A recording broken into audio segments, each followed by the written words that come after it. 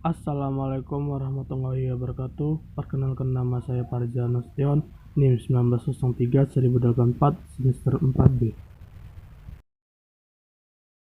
Di sini saya jelaskan kontak sosial dan jarak sosial.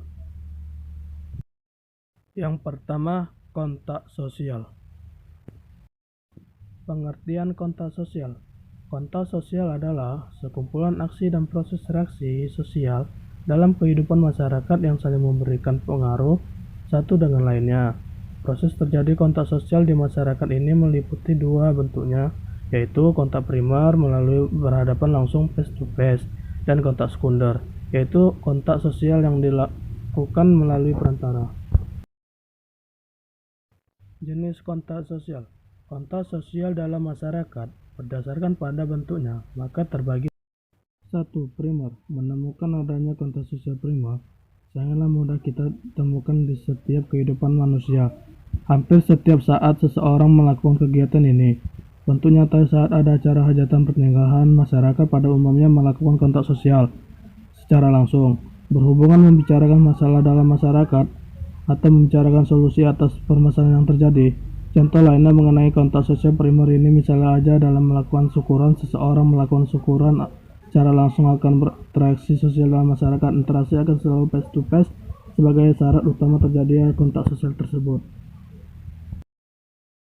2. Sekunder. Contoh kontak sosial yang dapat diberikan dalam masyarakat misalnya saja adanya hubungan yang dilakukan oleh individu dengan individu lainnya, seperti melalui jaringan telepon, pesan kepada orang lain, dan surat kabar. Pada perkembangan sekarang, kontak sosial sekunder ini bahkan melalui kecanggihan teknologi dalam perkembangan komunikasi sosial, masyarakat mudah melakukan seperti melakukan kontak sosial melalui Facebook, email, dan lain sebagainya. Dampak kontak sosial. Akibat yang didapatkan dari kontak sosial antara lain adalah sebagai berikut. 1. Dampak negatif. Dampak negatif yang akan diperoleh dalam kontak sosial apabila yang dibicarakan menyangkut tentang hal-hal yang dapat merusak keteraturan sosial dalam masyarakat. Contoh, kontak sosial dilakukan untuk transaksi pencurian atau dalam agenda melakukan terorisme yang dapat merusak integrasi sosial dalam masyarakat. 2. Dampak positif. Selanjutnya, dalam hubungan yang terdapat di dalam proses kontak sosial ini akan berakibat positif. Akibat ini dilakukan apabila kontak sosial menguntungkan salah satu pihak, misalnya untuk agenda bisnis, menjaring komunikasi dalam agenda silaturahmi. Yang kedua, jarak sosial. Jarak sosial adalah tingkat keakraban yang menandai hubungan individu dalam sebuah interaksi sosial.